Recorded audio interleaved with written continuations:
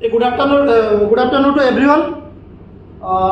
Today, especially first thanks to all our managements, Principal Sir Ankita ma'am, and also the North Odisha managements to giving me this opportunity to represent different career options after the 12th science, and myself, Sripati Dhar.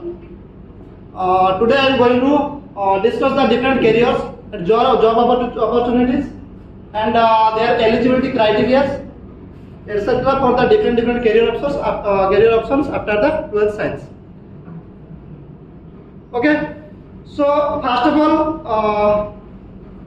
तुम लोग जितने लोग भी यहाँ पर science पढ़ रहे हो, सब लोगों को कुछ आइडिया होना चाहिए कि हम लोग साइंस से पढ़ रहे हैं, उसके लिए फ्यूचर में जाके क्या क्या जॉब कर सकते हैं कि और क्या क्या कैरियर्स।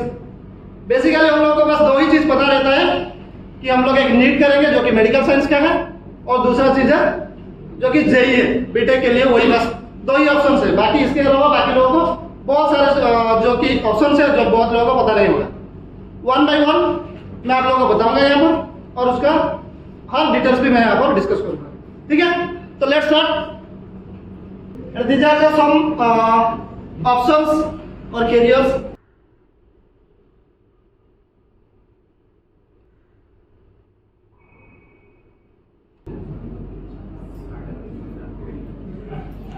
तो ये वीडियो में शॉर्ट वीडियो में जितने भी था ऑप्शन यहाँ पर और एक बार चला दे रहा हूँ।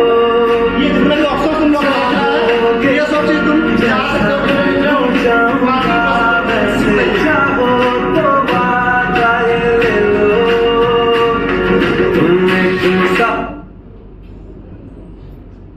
ये सब एलिजिबिलिटी क्राइटेरिया है नीट के लिए। हम लोग को जब नीट फॉर्म भरते हैं, हम लोग को मेडिकल साइंस में जाना है, ये सब एलिजिबिलिटी क्राइटेरिया है जो कि ये कैंडिडेट को 12th पास आउट होना चाहिए। उसके साथ साथ ये जो है फिजिक्स, केमिस्ट्री, बायोटेक्नोलॉजी और बायो, और उसके साथ साथ इंग्लिश, ये इतना ऑप्शंस रहना चाहिए उनके पास कि 12th में ये सारे सब्जेक्ट्स को पढ़ा आना चाहिए, जिसके बाद वो मेडिकल साइंस और नीट अपियर कर सकते हैं। ठीक है, फिर नेक्स्ट पेज में हम देखेंगे कि क्या क्या जॉब अपॉर्चुनिटीज है कि हम लोग कोई एक नीट कर रहा है और डॉक्टर एमबीबीएस का पढ़ लिए, 4 साल पढ़ लिए, 5 साल 4-5 साल पढ़ लिए, उसके बाद क्या क्या ऑप्शंस हो सकता है उनके पास। पहला वाला जो कि है डॉक्टर इन वेरियस स्पेशलाइजेशन, जैसे कि बोला मैं कि डेंटल में कोई जा रहा है तो वो डेंटल के लिए बीडीएस पढ़ेगा, कोई सर्जरी में जा रहा है तो वो एमबीबीएस पढ़ेगा। सिमिलरली जो कोई मतलब जॉब कर रहा है वो डिफरेंट ब्रांचेस में जो कुछ पढ़ा होगा उसी ब्रांचेस लेके वो अपना स्पेशलाइजेशन में वो डॉक्टर बनेगा। फिर surgeon, dentist, pharmacist, physiotherapist and medical researcher, ये सब चीजों में वो क्या हो सकता है ना, वो कैरियर अपना बना सकता है। ये जितने भी जॉब अपॉर्चुनिटीज है आफ्टर द नीट और आफ्टर द ये 4 साल का मेडिकल साइंस पढ़ने के बाद। ठीक है, चलो नेक्स्ट जो हम लोग का और एक कैरियर है कि मेडिकल साइंस के अलावा ये फार्मेसी है, बी फार्मा, इसका जो बैचलर ऑफ फार्मेसी, मतलब तुम लोगों को जब 12th खत्म हो जाएगा, 12th खत्म होने के बाद ये बैचलर ऑफ फार्मेसी ये कर सकते हैं हम लोग। इसका भी बहुत सारा अभी डिमांडिंग में है ये, और नॉर्मली ये जो यूज होता है फार्मास्यूटिकल कंपनीज में यूज होता है। फार्मास्यूटिकल कंपनीज में जितने भी मेडिसिन कंपनीज है वो बहुत हाई पैकेजेस में हायर करते हैं जो लोग फार्मेसी करते हैं, और वो काम क्या रहता है, वहां पर मेडिसिन बनाना रहता है, फॉर्मूलाज बनाना रहता है, और उसी अकॉर्डिंग में पैकेज भी इसका बहुत हाई। ठीक है, इसका जो एंट्रेंस एग्जाम होता है फार्मेसी के लिए, तो खास करके कि जेईई मेन बहुत लोग तुम लोग अभी दिए होंगे, और नहीं भी दिए होंगे तो जेईई मेन का ये जो अभी होगा पेपर 1 पेपर 2 दो टाइम होता है। जेईई मेन सेशन 1 सेशन 2 दो बार होता है एक ही साल में।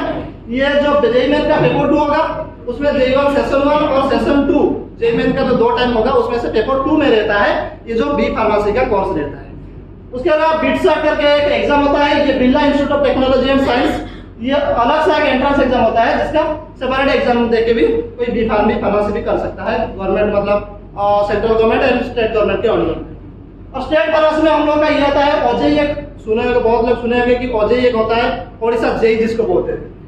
दूसरे स्टेट में भी वो अपना जेईई मेंस करते हैं, कंडक्ट करते हैं। जैसे कि ओडिशा में ओडिशा जेईई होता है, बिहार में से ऐसे ही बीसीईसी ये कंडक्ट होता है। दूसरे स्टेट में भी वो दूसरे एग्जाम कंडक्ट करवाते हैं for the B pharm courses. And another one ये जो है सीयूईटी यूजी, ये एक नया है, बहुत लोगों को पता भी नहीं होगा कि ये सीयूईटी होता क्या है।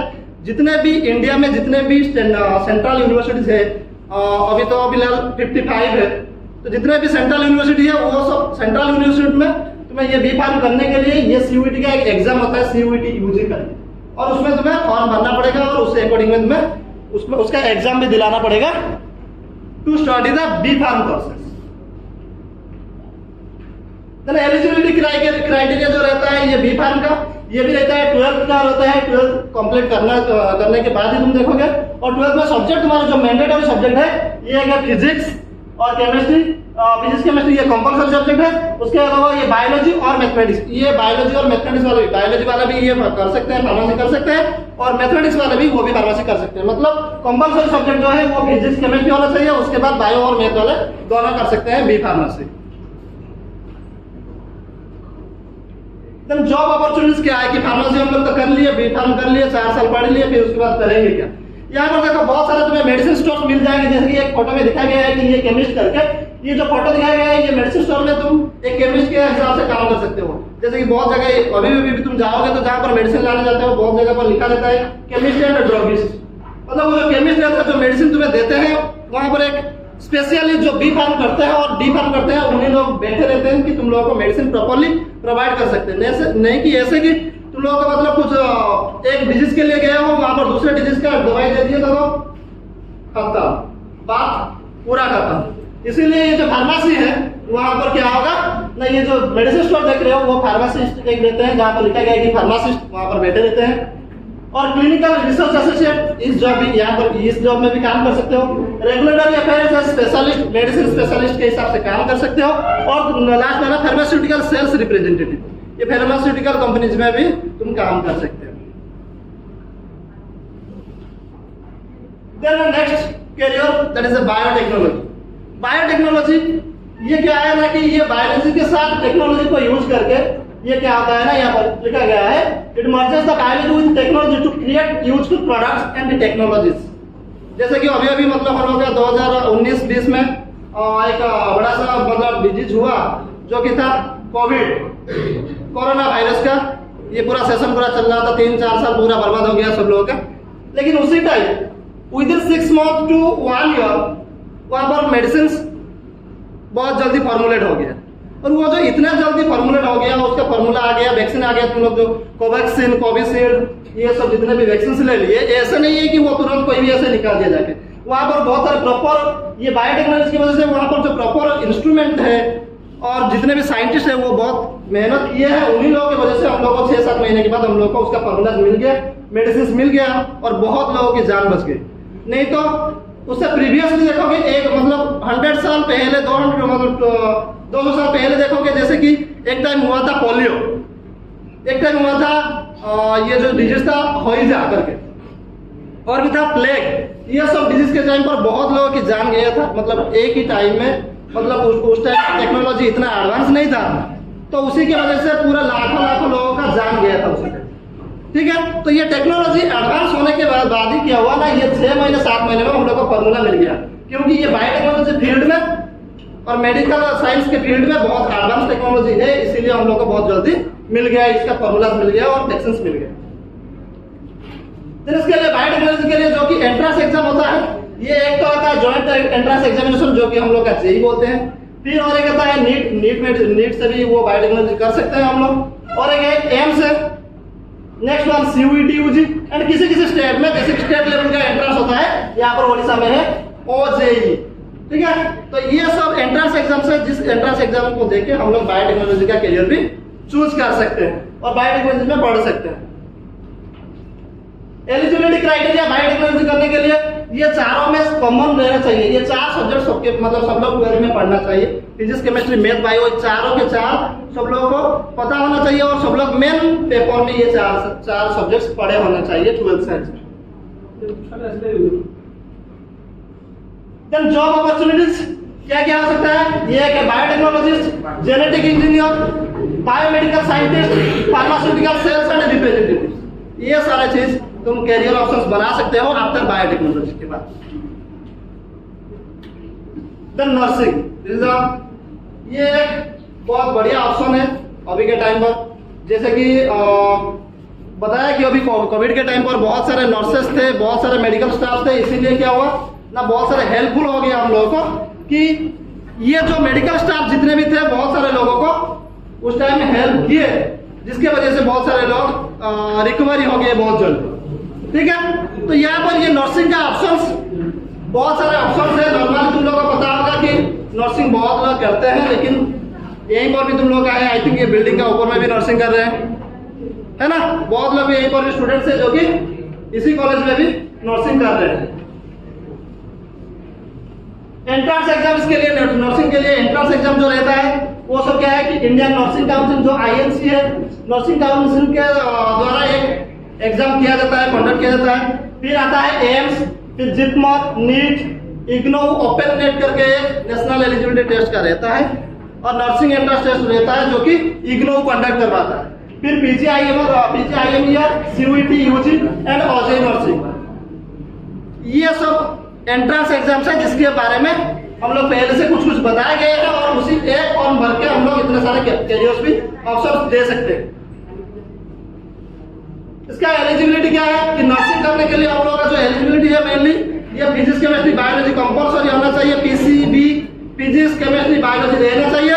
उसके साथ साथ एक ऑप्शनल जो कि है इंग्लिश, ये इंग्लिश भी कंपल्सरी रहना चाहिए कि 12th में ये 4 सब्जेक्ट्स पढ़ेंगे तभी जाके कोई एक नर्सिंग ऑप्शंस के लिए जा सकते हैं। देन जॉब अपॉर्चुनिटीज में है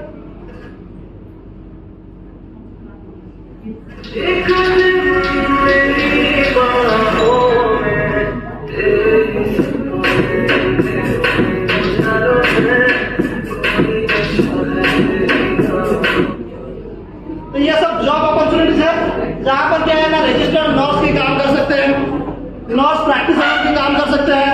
ये नर्स एजुकेटर मतलब जहां पर कि नर्स लोगों को पढ़ाया जाता है वो क्या है कि ये नर्स एजुकेटर है। नर्स प्रैक्टिशनर मीन्स जो कि मेडिकल में जितने भी काम करते हैं, ये हॉस्पिटल केसेस में जितने भी नर्स काम करते हैं वो प्रैक्टिशनर के हिसाब से काम करते हैं। रजिस्टर्ड नर्स खुद का भी एक क्लिनिक खोल के भी वहां पर भी नर्सिंग के काम करवा सकते हो, और जितने भी मेडिकल साइंसेस से रिलेटेड पर्पजेस में उसको यूज कर सकते हो।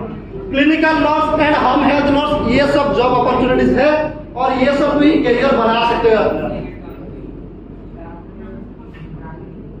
फिर आता है फॉरेंसिक साइंस, ये बहुत ही डिमांडिंग सब्जेक्ट है, बहुत जगह पर ये नहीं है, और बहुत ही स्टूडेंट्स को नहीं पता होगा कि कभी कभी देखे होंगे कि ऐसे क्राइम सीन में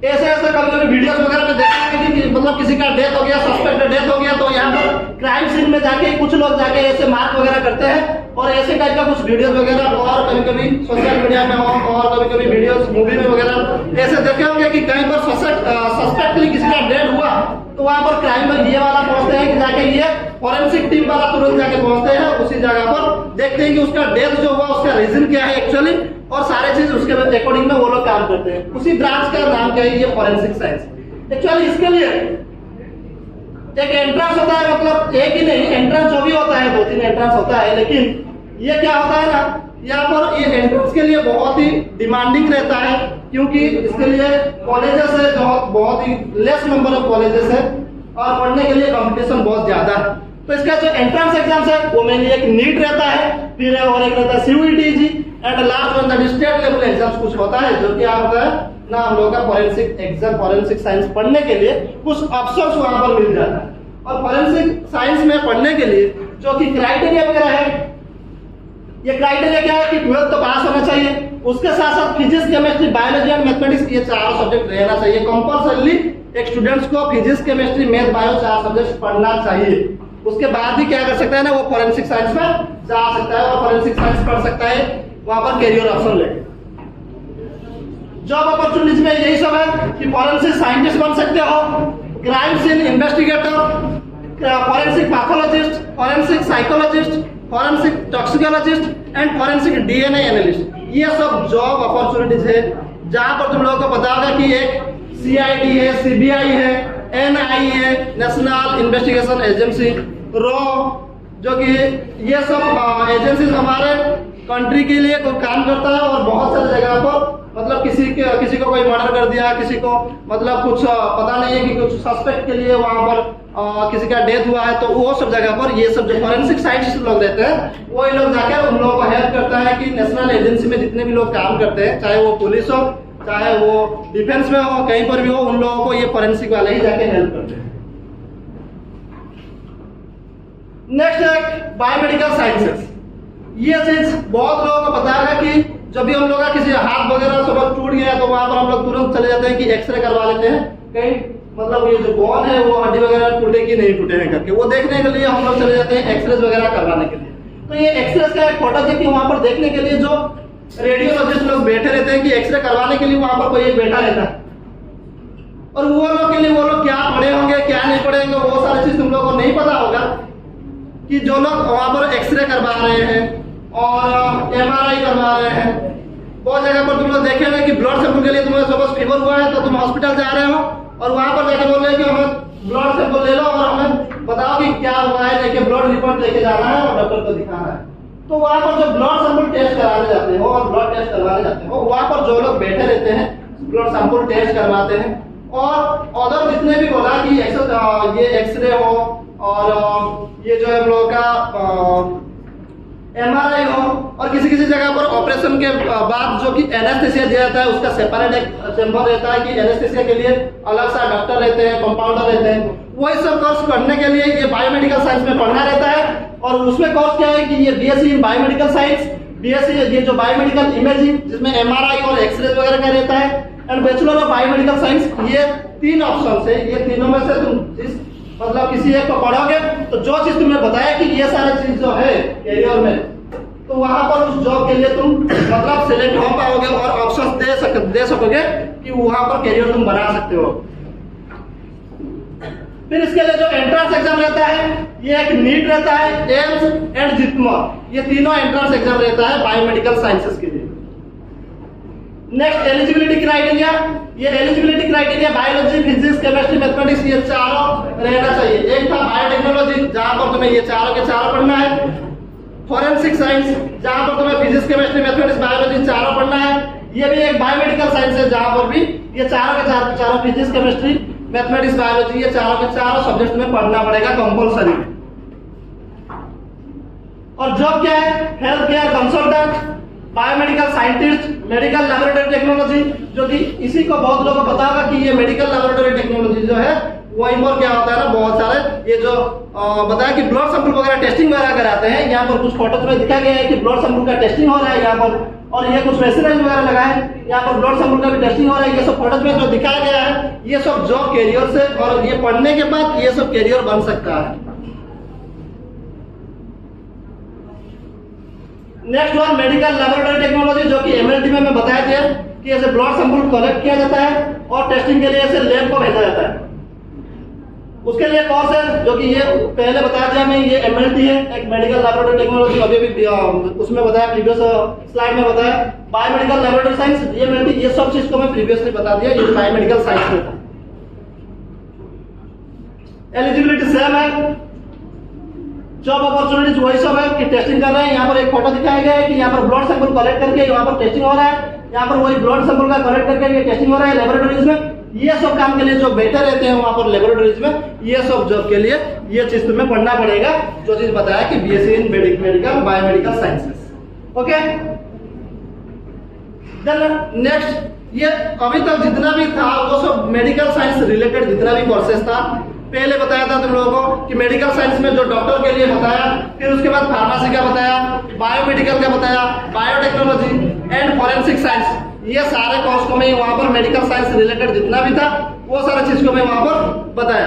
फिर ये जो जनरल लाइन है BSc करते हैं हम लोग का, BSc, MSc, B.Ed, ये जितने भी जनरल लाइन है, क्योंकि बहुत लोग ऐसे भी होंगे जो कि अभी यहाँ पर 12th कंप्लीट होने के बाद क्या करोगे कि मैं जाके +3 करूंगा, मीन्स ग्रेजुएशन करूंगा और BSc करूंगा। ठीक है, ये BSc कोर्स का है। ये नॉर्मली BSc कोर्स में ये इतने सारे ऑनर्स है जो कि साइंस स्ट्रीम में है, ये सब ऑनर्स लेके किसी भी एक ऑनर्स लेके तुम पढ़ सकते हो।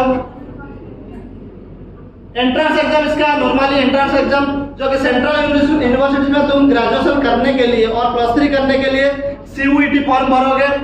CUET फॉर्म देके तुम सेंट्रल यूनिवर्सिटी जितना भी है हमारे इंडिया में वो सारा तरफ तुम +3 कर सकते हो और ग्रेजुएशन कर सकते हो। उसके साथ साथ ओडिशा में एक साम्स ओडिशा करके एक है जो कि कंडक्ट करवाता है, मतलब एंट्रेंस नहीं होता, मार्क बेसिस में उसका सिलेक्शन होता है कि कौन सी ऑनर्स में और कौन सी कॉलेज में तुम्हारा सिलेक्शन होगा, वो based upon your 12th results, 12th का मार्क्स जितना रहेगा उसी के अकॉर्डिंग में तुम्हें वहां पर सिलेक्शन मिलेगा। देन जॉब क्या है, जॉब इतने सारे पास जॉब दिखाया गया है कि टीचिंग जॉब है, रेलवे है, बैंकिंग, एसएससी और अदर्स में बहुत सारे क्राइटेरिया है। जनरल लाइन में कोई जा रहा है तो उसके लिए बहुत सारे अपॉर्चुनिटी, बहुत सारे ऑप्शंस है, नॉट ओनली दिस 5 और ये 4 के अलावा और भी बहुत सारे ऑप्शंस है जहां पर तुम जा सकते हो। ये नॉर्मल केसेस है और इन जनरल केसेस है। कुछ एग्जांपल्स यहाँ पर दिखाया गया है कि ये जो नॉर्मल ग्रेजुएशन करने के बाद कोई एक ऑफिस स्टाफ भी वहां पर बैठ रहा है, कोई जॉब कर रहा है गवर्नमेंट के अंदर, सेंट्रल गवर्नमेंट और स्टेट गवर्नमेंट के अंदर। यहाँ पर टीचिंग जॉब की प्रोफेशन की एक फोटो दिखाया गया है, रेलवे में जा सकते हो, रेलवे का एक फोटो दिखाया गया है वहां पर। तो ये सब ऑप्शंस है तुम्हारे पास कि ये सब ऑप्शन में हम जा सकते हैं। देन बीएससी बीएड ये क्या है कि ये मेनली ये जो बीएड लिखा गया है ये बैचलर ऑफ एजुकेशन। ये बैचलर ऑफ एजुकेशन मीन्स ये नॉर्मली क्या होता है, जब हम किसी को टीचिंग करने जाते हैं, कोई मतलब स्कूल में पढ़ाना है बच्चे लोगों को, और तो उसी टाइम क्या करना पड़ता है, हम लोगों को बीएड का प्रोग्राम करना पड़ता है। तो इसमें क्या है, नॉर्मली ये बीएससी बीएड ग्रेजुएशन का जो 3 साल का रहता है बीएससी, और बीएड का जो 2 साल का रहता है, ये 5 साल का कोर्स को 4 साल में कर सकते हो, ये इंटीग्रेटेड है। और यहाँ पर क्या है कि नॉट ओनली कि हमारे स्टेट की जितने भी यूनिवर्सिटीज है, कुछ रीजनल यूनिवर्सिटीज है, RIE करके रीजनल इंस्टीट्यूट ऑफ एजुकेशन, वहां पर भी ये बीएड की कोर्स, इंटीग्रेटेड बीएड की कोर्स कर सकते हो।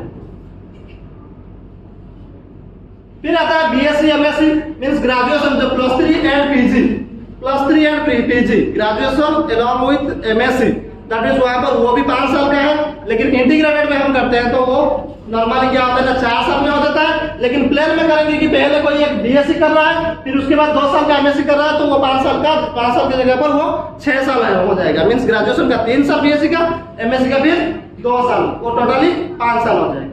ठीक है। Then BCA bachelor of computer applications, ये भी एक बहुत ही बढ़िया जो कैरियर अभी चल रहा है, जो कि बीएससी के बाद कोई एक बीसीए के बाद अभी कोई एमसीए कर रहा है, कंप्यूटर एप्लीकेशंस कर रहा है, मास्टर इन कंप्यूटर एप्लीकेशंस। तो वहां पर कंपनीज अपॉर्चुनिटीज बहुत रहता है कि पैकेज भी बहुत हाई रहता है। और ये सब सॉफ्टवेयर जो बोलते हैं कि सॉफ्टवेयर इंजीनियर्स, जो कि बीटेक करके भी कोई जा रहे हैं सॉफ्टवेयर इंजीनियर्स, और बीसीए के बाद एमएससी का मतलब एमसीए करके भी बहुत सारे कंपनीज में वहां पर कंप्यूटर एप्लीकेशंस में काम कर सकते हैं, जो कि पैकेज भी बहुत अच्छा खासा है और इसमें सैलरी भी बहुत अच्छा मिलता है। देन आता है हम लोग का इंजीनियरिंग। ये सब लोगों को पता होगा कि इंजीनियरिंग है और बहुत सारे ब्रांचेस है, क्योंकि घर घर में पता है कि घर घर में अभी कोई ना कोई एक तो इंजीनियर होगा, चाहे खुद के घर में हो और पड़ोस में, है ना। सबके घर में अभी कोई ना कोई इंजीनियर तो होगा ही वहां पर। और वहां पर देखो कि ये जो है ब्रांचेस ऑफ इंजीनियरिंग, इतने सारे ब्रांचेस है, जिस ब्रांचेस देख रहे हो ये सारे, इनमें से किसी एक में तुम बीटेक कर सकते हो, बैचलर ऑफ टेक्नोलॉजी जो कि कर सकते हो। ये जितने भी ऑप्शंस है, ऑप्शंस में से किसी एक को चूज करके भी तुम कर सकते हो। इसके लिए जो एंट्रेंस एग्जाम होता है, नॉर्मली हम लोग को सब लोग को पता है कि ये एक होता है जेईई मेन होता है एंड दूसरा वाला जेईई एडवांस होता है। ये दो चीज हम लोग को सब लोग को पता होगा।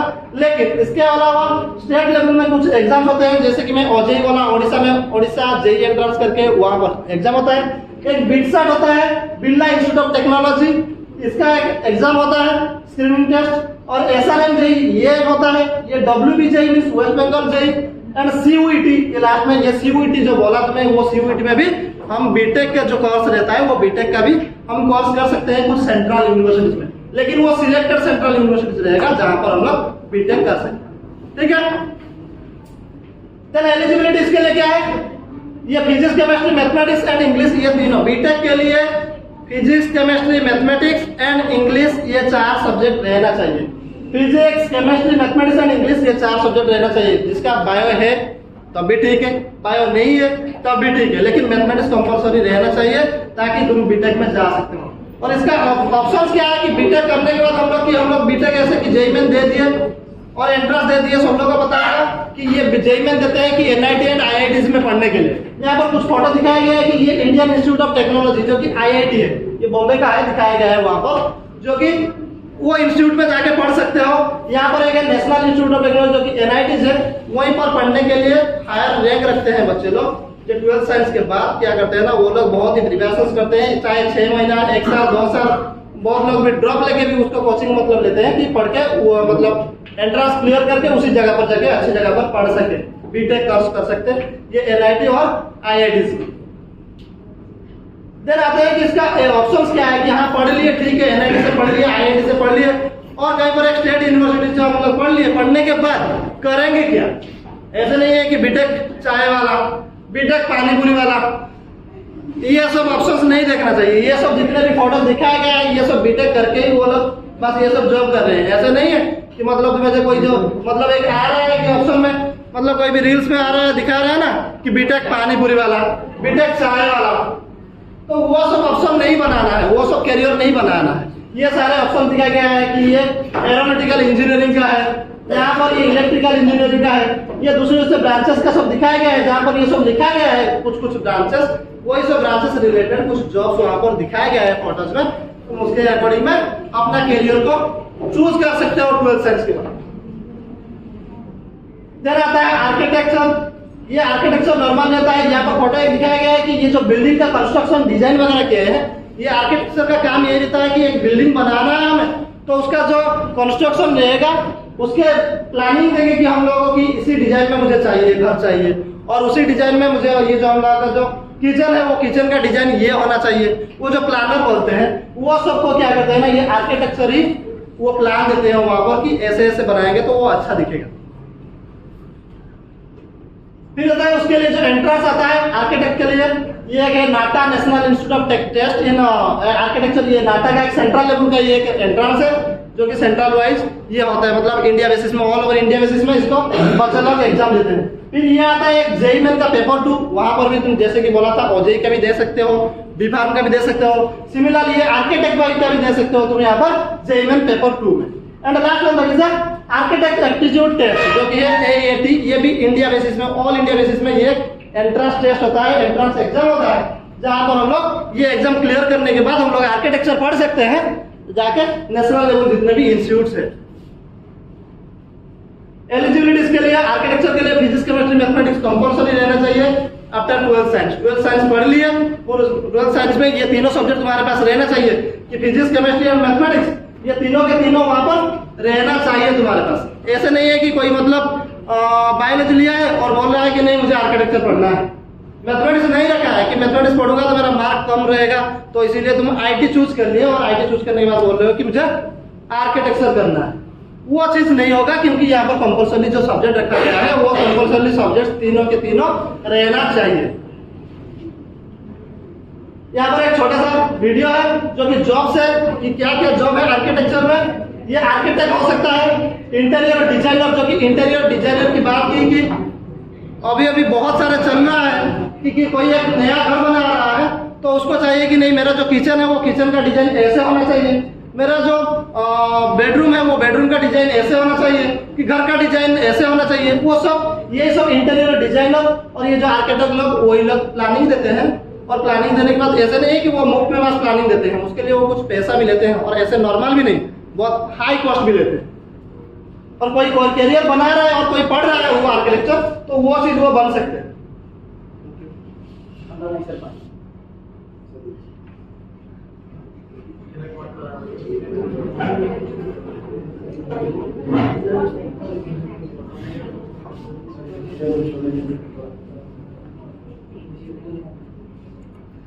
तो यहाँ पर ये अर्बन प्लानर का भी एक है, और अर्बन प्लानर भी बन सकते हो, कंस्ट्रक्शन मैनेजर, ये सब चीज आर्किटेक्ट के बाद ये बन सकते हैं, ये सब हो सकता है। एक छोटा सा वीडियो है। रानी को तेरा लाया मैं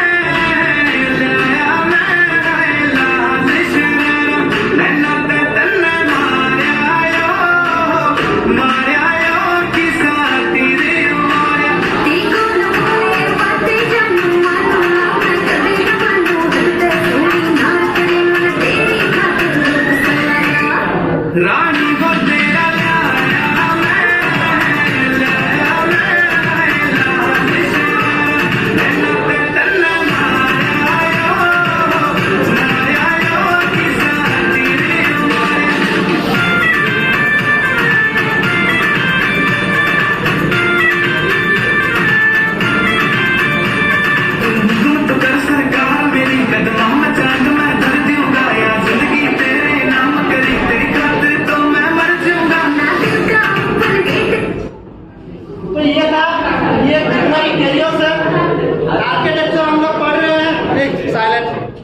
आर्किटेक्चर हम लोग पढ़ रहे हैं, तो ये जो घर का एक डिजाइन दिखा है कि ये जो डिजाइन बना रहे हैं वो आर्किटेक्चर लोग ही बनाते हैं कि इसको ऐसे प्लान में करेंगे तो ये ऐसे ही अच्छा दिखेगा। ये सब चीज वही लोग डिजाइन करते हैं जो कि आर्किटेक्ट पढ़े रहते हैं और आर्किटेक्चर पढ़े हैं, ठीक है। साइलेंस। देन नेक्स्ट बात है ये forensics sorry agricultural science. Agricultural science में ये कह रहे थे कि नॉर्मली हम लोग जानते हैं कि यहाँ पर एक फोटो देख के तुम्हें लग रहा होगा कि सर हम लोग को खेतीबाड़ी करने के लिए पढ़ने की क्या जरूरत है। सर यही काम करना रहेगा, ये काम करना रहेगा, ये काम करना रहेगा, तो सब पढ़ेंगे क्यों? ये तो कभी भी मतलब ऐसे भी कर सकते हैं जाके आप लोग घर वाले, है ना। तो ये चीज करना है तो हम लोग को क्यों मतलब पढ़ेंगे क्यों? बेकार में बस आराम से तो घर में रहेंगे और ये सब चीज हम लोग को आ जाएगा क्योंकि घर के पास ये सब चीज हो रहा है ना। लेकिन ये क्या है ना, ये चीज ये जो फोटो दिखाया गया है ऐसे नहीं है कि जो बीएससी एग्रीकल्चरल में पढ़ रहा है, जो कि एग्रीकल्चरल साइंस में पढ़ रहा है, वो जाके यही काम करेगा, ऐसे जाके फेंकेगा और ये जो था यहाँ पर जाके ये ऐसे काम करेगा, ऐसे नहीं है। एक्चुअली क्या है ना, ये सारे चीज को टेक्नोलॉजी के द्वारा कैसे उसको एडवांस कर सकते हैं। जैसे कि अभी आ गया, ये पहले जमाने में ये सब ऐसे बनाया, मतलब ये सब काम होता था, ये सब काम होता था, लेकिन अभी क्या है बहुत सारे मशीन आ गए हैं और वो मशीन के वजह से ही वहां पर काम हो रहा है सब कुछ। ये भी अभी मशीन में ही काम हो रहा है। तो वहां पर जो कोई बीएससी में पढ़ रहा है, एग्रीकल्चर के बारे में पढ़ रहा है, तो उन लोगों का काम ये रहता है कि जो चीज हम लोग कर रहे हैं वो सारी चीज को कैसे हम एडवांस करा सकते हैं। जैसे कि पहले तुम लोगों को पता होगा कि पहले टाइम पर, और बहुत लोगों को ये भी चीज भी नहीं पता होगा कि पहले टाइम में बस साल में एक ही बार खेती बाड़ी होता था। एक ही बार मतलब खेती होता था, पर उसको लेके साल भर लोग खाते थे और साल भर उसको स्टॉक करके रखते थे। लेकिन अभी का टाइम में जितना डिमांडिंग रहता है खाने का, इसीलिए क्या हो रहा है ना, वो एक टाइम का जो खाना बन रहा है और एक टाइम का जो हम लोग को अनाज मिल रहा है वो सफिशिएंट नहीं है हमारे लिए। और एक टाइम में बनता तो हम लोग ये 3 टाइम खाना नहीं मिलता, हम लोगों को एक टाइम खा के फिर भूखा रहते। तो इसीलिए क्या होता है ना कि वहां पर उसको एडवांस टेक्नोलॉजी लाया गया कि जो बीज है उसका, जो राइस का बीज है और दूसरे उससे अनाज का बीज है, वो बीज को एडवांस किया गया कि ताकि वो साल में 2 बार 3 बार भी वो बन सके। Mean short period of span, short time में क्या होगा वो बन सकता है जैसे कि अनाज। उसी के अकॉर्डिंग में अभी साल में 3 बार खेती बनाया जाता है और 3 बार अनाज उगाया जाता है कि उसको एडवांस, यही सब पढ़ने के बाद उसको एडवांस टेक्नोलॉजी यूज करके वो सब चीज को अभी पॉसिबल हो पा रहा है कि बहुत सारे अनाज मिल सके शॉर्ट पीरियड। इसके लिए जो कोर्सेस है मैं बता, ये कोर्सेज जो बहुत सारे हैं इसमें से बहुत लोगों को पता भी नहीं होगा कि ये जो बैचलर ऑफ ये जो है फिशरीज साइंस, ये एक ब्रांच है bachelor of science of horticulture बताया ना, हाँ, वो सब चीज क्या है ना, वो सब चीज उसके लिए भी पढ़ना भी है और उसके लिए कोर्सेस भी है।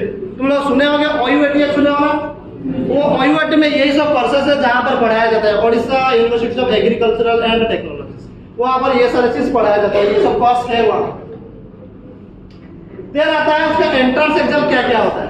ये ओडिशा में ये होता है OUAT, वेस्ट बंगाल में ये WBJE एंड ये ICAR, एक सेंट्रल लेवल का है जो कि ऑल इंडिया बेसिस में इसका क्या है ना कोर्सेस है, वहां पर सेंट्रल जितने भी सेंट्रल लेवल का यूनिवर्सिटी है वहां पर पढ़ सकते हो।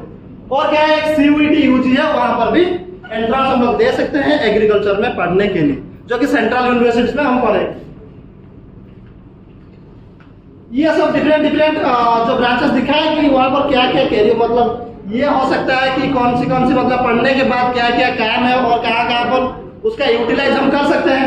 ये एक है, ये क्या है, मछली दिख रहा है ना। तो ये जो मछली है यहाँ पर क्या है ना, ऐसे नहीं मतलब घर के पास तो मछली बने, मतलब ऐसे नहीं है सबके घर के पास वहां पर हो रहा होगा, लेकिन कुछ जगह पर वहां पर क्या है फार्मिंग के अकॉर्डिंग में किया जा रहा होगा, मीन्स मास क्वांटिटी में प्रोडक्शन किया जा रहा होगा। आई थिंक कि बहुत लोगों को पता होगा कि वहां पर कुछ है झील करके, चिंगुड़ी झील है ना, हाँ, तो वहां पर ये सब चीज क्या होता है ना, उसको प्रॉपरली हम लोग मेडिसिन वगैरह नहीं देंगे तो वहां पर क्या होगा ना, वो मछली मर जाएगा, फिर खर्चा किया होगा लेकिन डूब जाएगा पूरा वो बिजनेस। तो देखो इसका जो एलिजिबिलिटी है क्या है कि इसमें 12th तो पास करना जरूरी है, ऐसा ये तो 12th पास करना जरूरी है, फिजिक्स केमिस्ट्री एंड बायोलॉजी और मैथमेटिक्स एग्रीकल्चर ये तीनों में से किसी एक कंपलसरी है। फिजिक्स केमिस्ट्री कंपलसरी रहेगा और उसके अलावा बायोलॉजी मैथमेटिक्स एंड एग्रीकल्चर तीनों में से किसी एक होगा 12th में, तो वहां पर वो पढ़ सकते हैं ये कोर्स।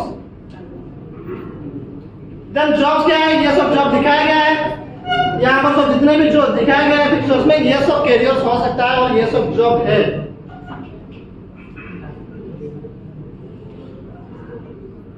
देन फैशन डिजाइनिंग,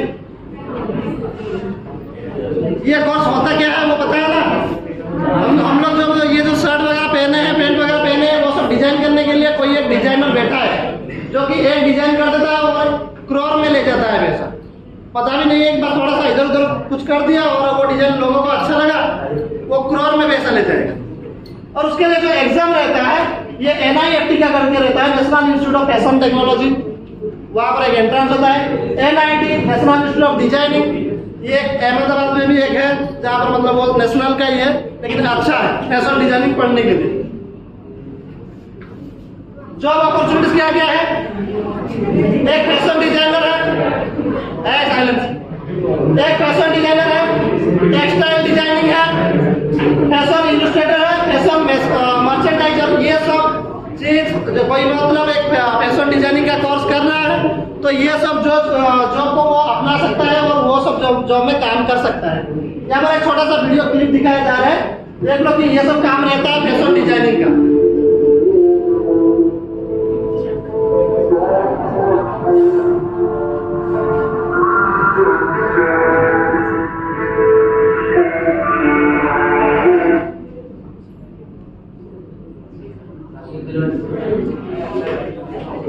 ये था फैशन डिजाइन का, ये सब काम रहता है। बस नॉर्मल सा एक फोटो देखो यहाँ पर, वो उतना इधर उधर का जोड़ दिया, बस बना दिया। ये डिजाइन मार्केट में गया और बस एक बार सपोज पॉपुलर हो गया, फेमस हो गया कि लोगों को अच्छा लगा और सेलिंग ज्यादा हो गया, तो वो जो डिजाइनिंग को ये बैठ के वहां पर डिजाइन कर रहा था ना, वो तो मालामाल हो जाएगा रातों रात। उसको पता भी नहीं चलेगा कि मेरा डिजाइन इतना कुछ काम कर रहा है, वो क्रोर में छापेगा पैसा पूरा। समझ रहे हैं कि नहीं? तो यहाँ पर उसके लिए वो फैशन डिजाइनिंग का था। फिर आता है हम लोग का लॉ, ये सब लोगों को पता रहता है।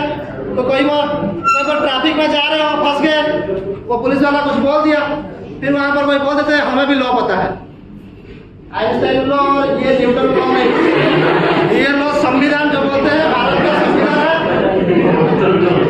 भारत का जो संविधान है वही सब रहता है, वही सब रहता है ये लॉज में।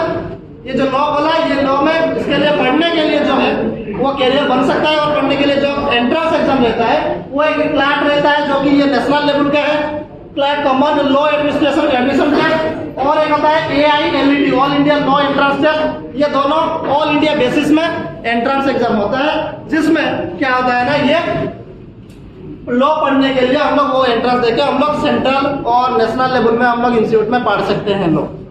जॉब अपॉर्चुनिटीज क्या क्या है, लॉयर बन सकते हो, legal advisor, corporate counsel and जज, ये सब बन सकते हो। और जज बनने के बाद वहां पर बैठ के वो हथौड़ा मारोगे, ऑर्डर ऑर्डर ऑर्डर, है ना। ये लॉ का कुछ कैरियर था। देन डिफेंस सर्विसेज, ये बढ़िया जॉब है। 12th साइंस पढ़ने के बाद किसी का इंटरेस्ट ऐसे है कि नहीं मुझे आर्मी में जाना है, मुझे नेवी में जाना है, मुझे एयरफोर्स में जाके वो उड़ाना है, ठीक है। तो वो सब कैरियर के लिए ये एक होता है, एक एग्जाम होता है NDA जो कि नेशनल डिफेंस एकेडमी करवाता है। ये UPSC कंडक्ट करवाता है। साथ में 2 बार एग्जाम होता है इसका, एक जनवरी से अप्रैल सेशन और एक सितंबर सेशन। ये 2 बार एग्जाम होता है। तुम लोग भी इसी साल फॉर्म भर सकते हो, इसका ये NDA का फॉर्म भर सकते हो। एंड उसके साथ साथ ये और एक है CDS कंबाइंड डिफेंस सर्विसेज। ये 2 एग्जाम देके कोई एक आर्मी में भी जा सकता है, नेवी में भी जा सकता है, एयरफोर्स में भी जा सकता है, मर्चेंट नेवी में जा सकता है। ये जितने भी ऑप्शंस में बोला, ये चारों तरफ जाने के लिए ये कंबाइंड एग्जाम है। एक एग्जाम देके तुम चारों तरफ जा सकते हो। मतलब कोई एक एग्जाम दिया और बोला कि नहीं मुझे इसमें से एयरफोर्स जाना है, तुम्हारा रैंक अच्छा रहा तो तुम एयरफोर्स में जा सकते हो। ये एक ही एग्जाम देखे। फिर जॉब अपॉर्चुनिटीज ये सब क्या है कि ये आर्मी ऑफिसर बन सकते हो, नेवी ऑफिसर बन सकते हो, air force officer and defence scientist वगैरह, ये सब जॉब अपॉर्चुनिटीज और कैरियर है जहां पर क्या हो सकता है है ना, ये सब करियर बना सकते हो। जबकि वहाँ पर एनडीए में सिलेक्ट होंगे, वहाँ पर ट्रेनिंग का कुछ पीरियड्स रहता है, और ट्रेनिंग पीरियड के बाद वहाँ पर क्या होगा ना, तुम्हें वहाँ पर कुछ एक पोस्ट दिया जाएगा जिस पोस्ट में तुम काम करो। सैलरी भी अच्छा खासा रहता है, ऊपर से एक टैग भी रहता है। कहाँ पर हो? डिफेंस में, है कि नहीं? डिफेंस सिस्टम में। एक छोटा सा क्लिप है,